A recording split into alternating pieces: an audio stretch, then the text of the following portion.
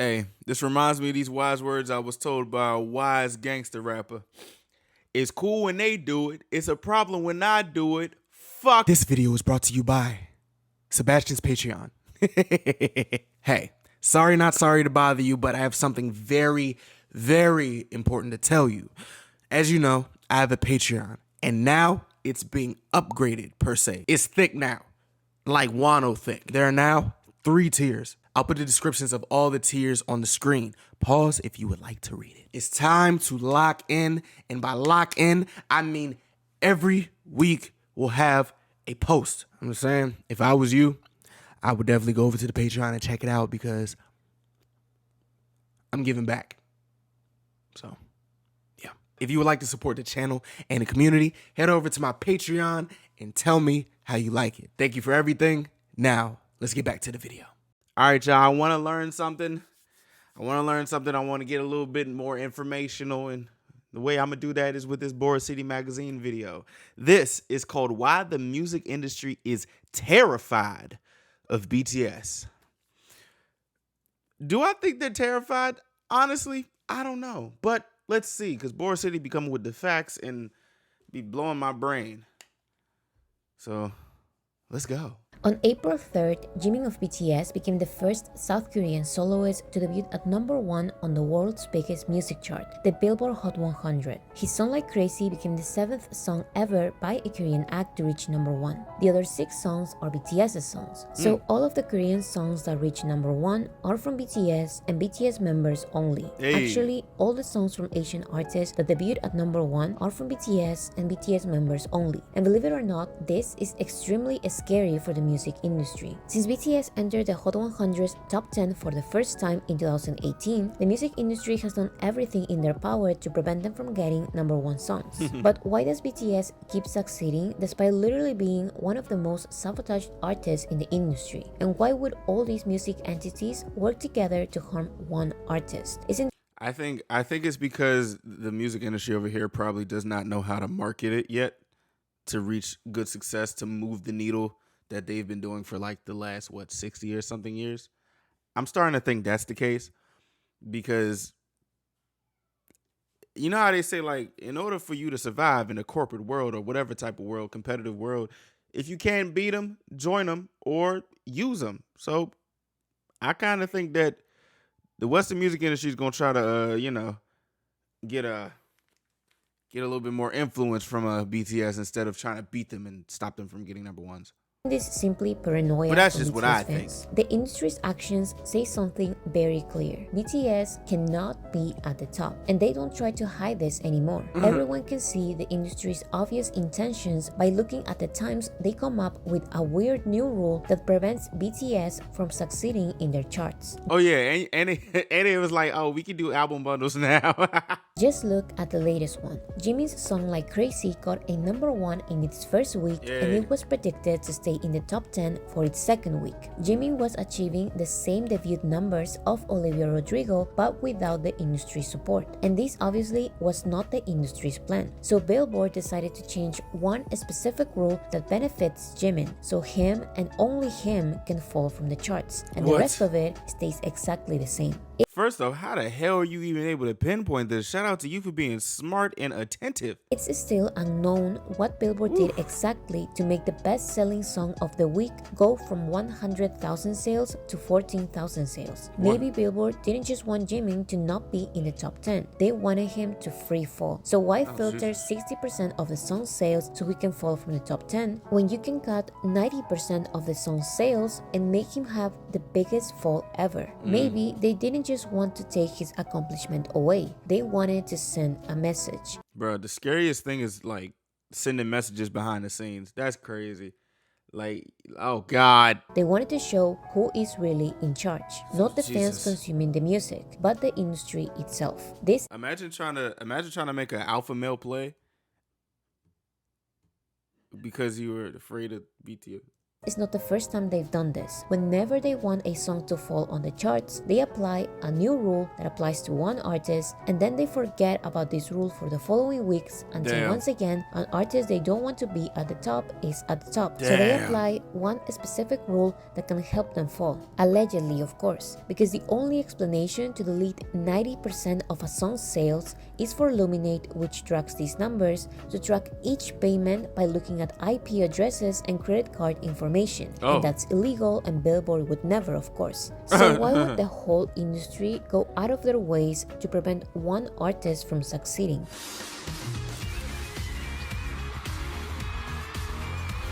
BTS's biggest advantage and disadvantage is that they are successful without the industry's support. And the industry has built an environment where you can only win if you accept to play the industry's game. In other words, the industry chooses its winners from the very beginning and sabotages other players who find alternative ways to defeat others at their own game. I would say that the biggest artists who do this are BTS, and it's because of ARMY's power. BTS is not simply a one-hit artist, they are at the core of pop culture, and they did this without industry support. Not the K-pop industry support, not the Western industry support. BTS were able to get to the top of the music industry without the music industry making a profit out of them. That's why BTS are a problem. That's what the industry cannot stand. Just compare Psy's situation with BTS's situation. When Gangnam Style by Psy became globally popular, the music industry was not afraid of a Korean singer becoming popular in the West because everyone assumed it was a one-time thing. And now it became a 7-time thing, 9-time to 10-time thing.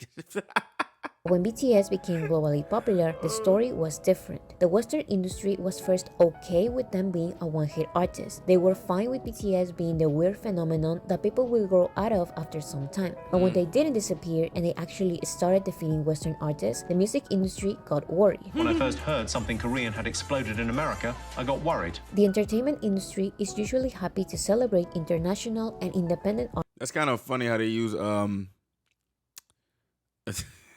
never mind. Artists and scream diversity as long as one, it's a one-time thing, or two, artists obey the industry's rules and give the industry some profit. The Oscars were fine celebrating Bong Joon-ho's movie because even though they don't profit from the movie's success, at least Bong Joon-ho is not an artist releasing multiple successful projects a year. Parasite was a one-time thing that indirectly could help his other movies from American production companies. The Emmys were happy giving Squid Games multiple awards because at least the show was being produced by Netflix and the actors were happy to accept offers from the Western industry. And probably beef. Shit, beef was that. Oof. In other words, the Western industry got benefits from the success of a foreign series, so it was fine to celebrate them. Everything Everywhere All at Once was highly celebrated by the industry, but at the end of the day, it's an American movie by American directors, American writers, and American production companies. In the end, the movie's success is the American industry's profit. But singers are different because they constantly release music and their success can become constant support from fans. So an artist's success can rely on the fans more than it relies on the industry itself. And that is not something the industry wants. This is I'm why sorry, I was looking at the outfits. Ooh, I was multitasking. These outfits was amazing. I'm not gonna lie. song like Despacito, which was already the most popular song worldwide before the Justin Bieber feature, was not recognized at all by Billboard or any other entity from the American music industry. I just They saw it on only YouTube. accepted the song as a global success when Justin Bieber and his American label were involved and making a profit out of it. This is That's crazy. Damn. Bro, did y'all remember how that shit was like, what, 1 billion views just randomly one day? Like, God why the damn. Billboard Music Awards were happy to invite Psy to their ceremony, but they never gave Gangnam Style, the biggest song of the year, a number one. Many factors prevented Psy from achieving this. To start, Psy never left his Korean company to fully sign with an American label, so his music never got proper industry support. Also, at the time, Billboard didn't count YouTube views as streams, making Jesus. it obvious how the charts didn't reflect what the public was actually listening Man. to. Even to this day, and with many chart adjustments, the Billboard charts are just a reflection of the artists the industry wanted to succeed from the very beginning. Of course, there are exceptions like Gangnam Style, Style, Old Town Road, and some organic TikTok hits. But how far they go and how far they'll keep being recognized depends on the artist's willingness to shake hands with industry people. And again, they don't care if you're a foreign artist, as long as they get to make a profit out of you. But if you don't comply with them, you will get your moment of fame and then be completely shut down from the music industry. Here's how they do it. Hey. Hey, hey, hey. The industry endorses its own artists on streaming platforms like Spotify by applying multiple subtle methods. One way is by putting the artist's desire to succeed at the best spots of curated playlists. The biggest one is the Today's Top Hits playlist, which doesn't actually show today's top hits. That it's the ugly, colorless Top 50 playlist. Ugh. Today's Top Hits is what Spotify wants to be the top hits. Okay. Millions of streams from the general public come from this playlist, so being a part of it, it's a vital part of a song's promotion. Spotify says that they decide which artists get to be at the top of the playlist or at the cover based on their intuition and expertise in music trends. Okay. But many find these arbitrary decisions suspicious, since Spotify loves giving this special treatment to certain artists from certain labels. To think that artists from certain powerful labels are paying their way to the cover of this playlist may not be a crazy thing to think. Spotify also takes advantage of the automatic autoplay feature. When you stop listening to an album you like, they will immediately play you a song they want you to stream. More recently, Spotify updated Shit, I ain't got Spotify. their homepage to a TikTok-like feed that lets you scroll down endlessly with songs and music videos being automatically played. So while some artists get millions of streams added because of passive streams from curated playlists and the accidental streams from the autoplay feature, BTS get millions of streams deleted because fandom behavior of willingly listening to a song every day is considered bot behavior. So if you compare BTS's unfiltered streams with their filtered streams, you will find out that they are the ones with the highest rate of filter streams. Their streams get deleted more than any other artist. There are even days when their streams are cut in half. God But Spotify is damn. not the only platform doing this. YouTube. Oh, Jesus. Oh, God. Some of BTS's biggest waves of new fans came from YouTube. Their music videos True. get so many views that BTS started breaking every YouTube record imaginable, time and time again. So every time BTS broke a record, YouTube changed their algorithm to find ways to delete what they say are inorganic views. But it's pretty clear that their algorithms never worked properly. That's why they Well, we knew that. BTS, I mean, not BTS. YouTube has been on poopy, just been ass. keep changing it every time BTS Yeah, algorithm gets be a going new crazy. record. So just to talk about the latest YouTube algorithm change, I'm going to talk about the most successful music videos from a Korean act so far this year. According to YouTube, it's this video. But according to the massive wave of new BTS fans you can find on Twitter, TikTok, and YouTube itself, it's Yup. On the Street by J-Hope of BTS featuring J. Cole and Like Crazy by Jimin of BTS. But both of these videos get millions of views deleted every day. It's common for YouTube to do this in the first 24 hours with every music video, since it's the day they get the most views. As days pass, fans stop mass streaming and YouTube stops deleting views. But this is BTS, so YouTube is still deleting their music video views today, God damn. weeks after they were released. You may still think that YouTube is just deleting fake views, but it's simply impossible for a random Jimin interview to get more views in its first hours than an official and anticipated Jimin music video. It's not crazy to believe that YouTube disproportionately deletes views on BTS's music videos specifically. Let's be logical for a second. Bro, this is hella coincidences. There's a lot of coincidences, bro. Like a lot. These K-pop acts are not bigger than BTS, and that's okay. Who made this chart? Y'all spell perfume wrong.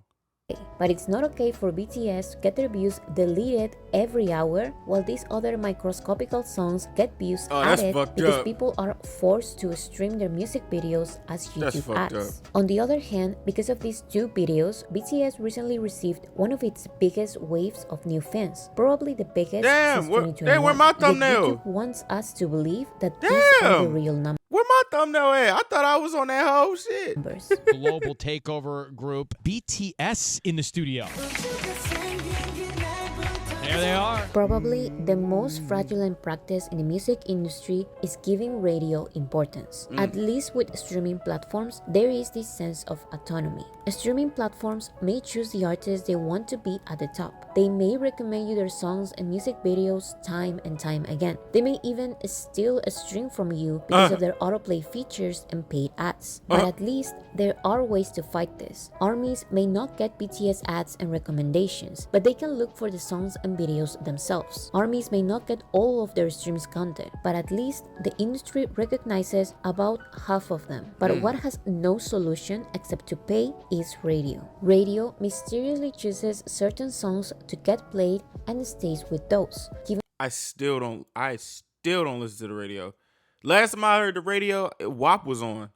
That was a long time ago. Giving them millions of radio spins Shit. and points to music charts that will give them a number one. But here you have Jimin of BTS, who has a number one song and millions of radio play requests by fans and still receives 0 points from radio. And this is not even a crazy foreign song that the American general public may reject. This is a mainstream yet nicely produced pop song in English. But Hell yeah, nigga, this shit got the 80s. Man, what? this is just reality. It was not in the industry's plans or in their best interest to make like crazy popular. So when it happened, they once again pretended like BTS doesn't exist and continue sabotaging their songs. Life Goes On was another radio-friendly song by BTS that got a number one on the Hot 100, but they received a total of 6 spins on US radio. That's 6? 0 points for music charts. Dynamite and Butter were number one songs in English by BTS that were played on the radio to an extent, but the number of spins were not enough to maintain their number one position. They were only able to stay on the top of the charts because people were streaming and buying their songs. That is the main difference with BTS's songs and the industry songs. If you take the millions of radio spins from the majority of the industry's promoted songs, they wouldn't only have bigger falls than BTS. They would simply not be in the chart at all. This is how the industry chooses their success stories from the very beginning. Mass radio play makes a song debut look more successful than what it actually is, and therefore it misleads and attracts the general public. If this doesn't work and the general public still rejects the song, the industry doesn't give up. Mass radio play makes an unsuccessful song stay in the charts with minimal sales and streams from real people. I'm gonna start a radio station and just be fraudulent since this is what keeps the lights on. Shit, I'll be fraudulent, nigga. I start a radio. What's our shit gonna be called?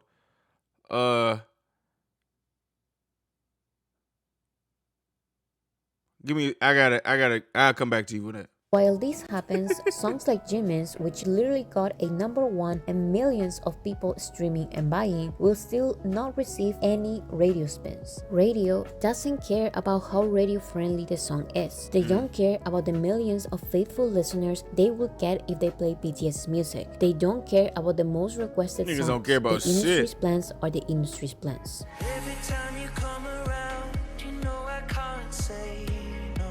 The reason why many talk about the industry as a whole is because all of these music entities are interconnected one way or another. Yes, Artists everything and is their connected, labels cuz. know that being on the Billboard charts gives the illusion that the general public is listening to a song. And to get a number one song on this chart, you need streams, sales, and radio play. So music labels, allegedly, pay for all of this radio play, fraudulent streams, and media play because they can be an investment for future real sales and streams. This can be an investment for real popularity and real listeners. If all of these investment fail to convince the general public and the label is bold enough, they will continue paying for these tactics to stay on the charts while no real people are streaming or buying the song. These failed industry promoted songs that no one is listening to will then be nominated for Grammys, which Also, hope y'all know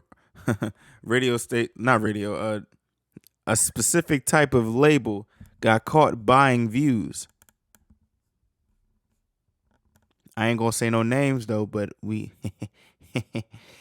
the veil is coming down. with the excuse that they care about quality and not popularity. These Grammys will then elevate the artist and the music label's reputation, and then they will get more money invested in them. This money will then be used to buy media play, radio play, streams, and the circle continues. If a massively promoted song or album is successful, the artist may get their investment money back, as well as the obvious Grammys. This will give the artist the most important factor to make money: reputation. Allegedly, music labels pay way more money to streaming platforms for promotion than they receive from streams. The money paid for radio spins can go from thousands of dollars to multi-million-dollar settlements. And getting this investment back as sales is not as common because buying music is not a popular enough practice amongst the general public. Musicians rarely make profit from their music. They earn money from advances, merchandise, royalties, licensing fees, and concerts. That's why that number one is so important.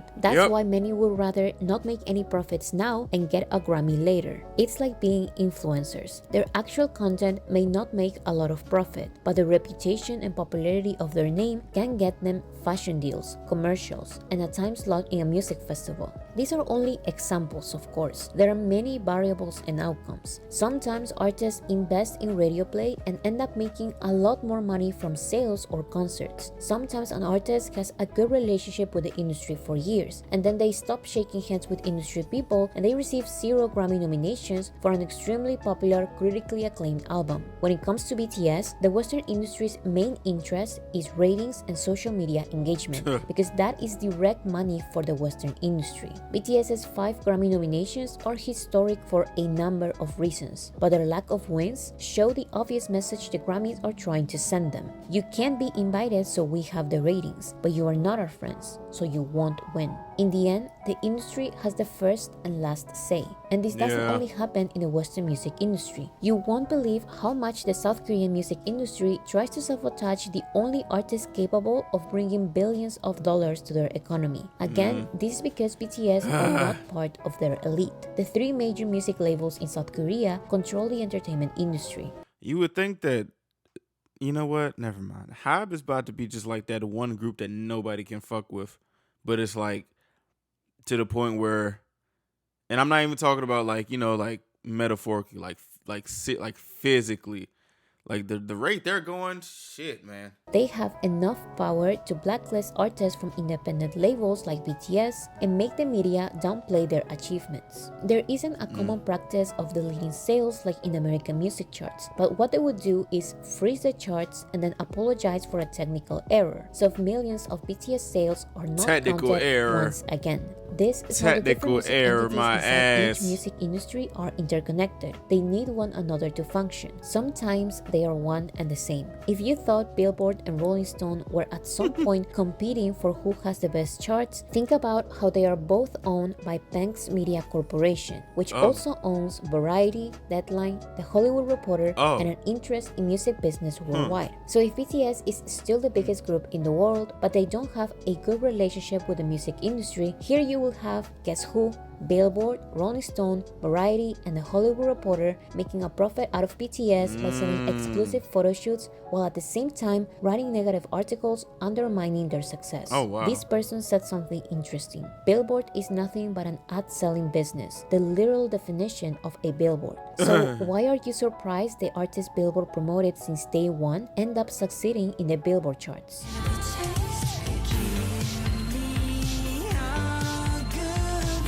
Like I said, there are not many artists that make money from their music, but music sales are still an important factor to get a #1 song or album, so they will digitally sell their songs for cents and their albums for only a couple of dollars. This makes a lot of points for charts, but not so much money for the artist. They will also do the classic bundle album sales by selling concert tickets and different kinds of merch like t-shirts, socks, underwear, cups, lollipops, energy drinks, and even condoms, along with a copy of their album.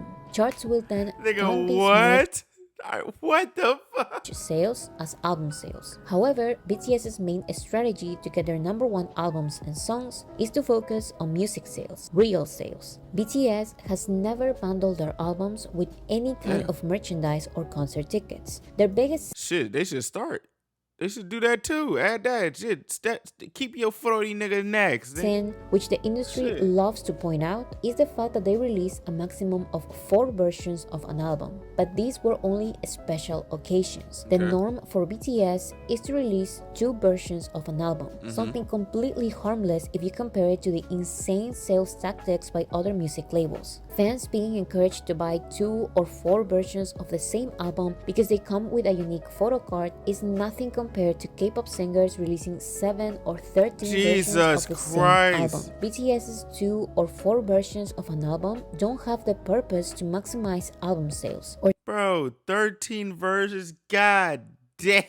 they would be way cheaper. BTS's album What the versions are fuck? intended to actually make money, and their number of versions usually has something to do with the album's concept. If they think one version of an album is enough to capture the album's concept, then they will release only one version. If the album's concept works better in 2 opposite works, then they release 2 versions. It's as simple as that. Another common practice to maximize sales is to release remixes of a song. All of these remixes, Cooler sales, remix, and hotter streams remix. will be combined and help the main song climb in music charts. BTS very occasionally releases multiple remixes of a song, and armies buy these remixes to help BTS stay on the charts, since they receive literally 0 points from radio and their streams are cut in half. But while BTS is being criticized by the industry for this remix tactic, other artists are celebrated and called smart and iconic for doing exactly the same.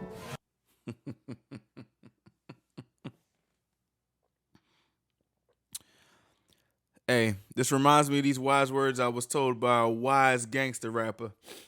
It's cool when they do it. It's a problem when I do it. Fuck them. That's pretty. That's what I'm saying. Shit, cuz.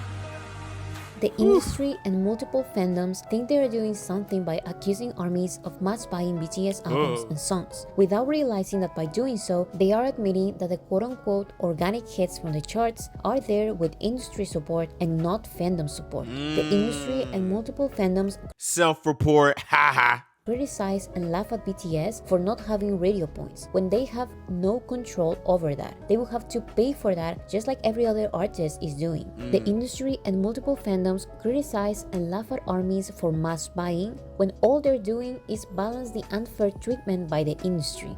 If BTS is not willing to pay for radio, which is illegal, or pay for playlisting in streaming platforms, then armies will buy every copy of BTS music available. BTS depends on their fandom and their fandom only. That's what terrifies the industry. BTS are able to stay on the charts while actually making money from their music. That money goes to the BTS members and their Korean label, while the Western music industry receives nothing. Even the distribution deal BTS has with an American label benefits BTS more than it benefits the American label. So the label prioritizes their actual signed artists and dismisses BTS. That's what makes the industry mad. That's why the industry has ridiculed them so much that fandoms have convinced themselves that BTS are the corrupt ones instead of being the against all odds winners in a corrupt industry. And this is beyond the industry being petty. Other fandoms are convinced that the general public's support is better than fandom support, because that is, according to the industry, organic success. But as you can see, there is nothing organic about these tactics.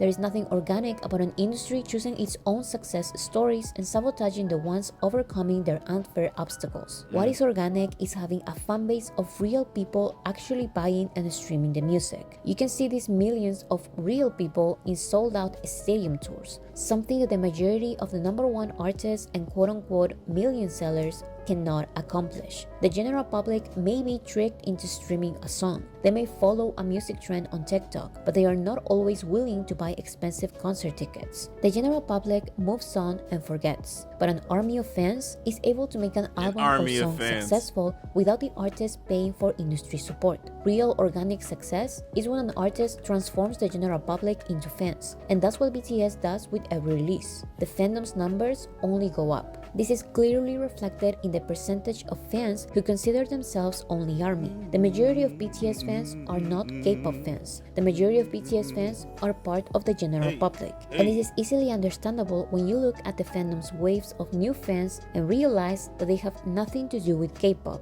and everything to do with BTS's performance. So why would an artist prefer the momentary, passive support from the general public when they could have the constant, active support from a fandom? Why would artists prefer a theater or arena concert with people who only know their one or two TikTok hits instead of a sold-out stadium with people who know all of their songs? Why is constantly convincing the general public to be your fan not organic success?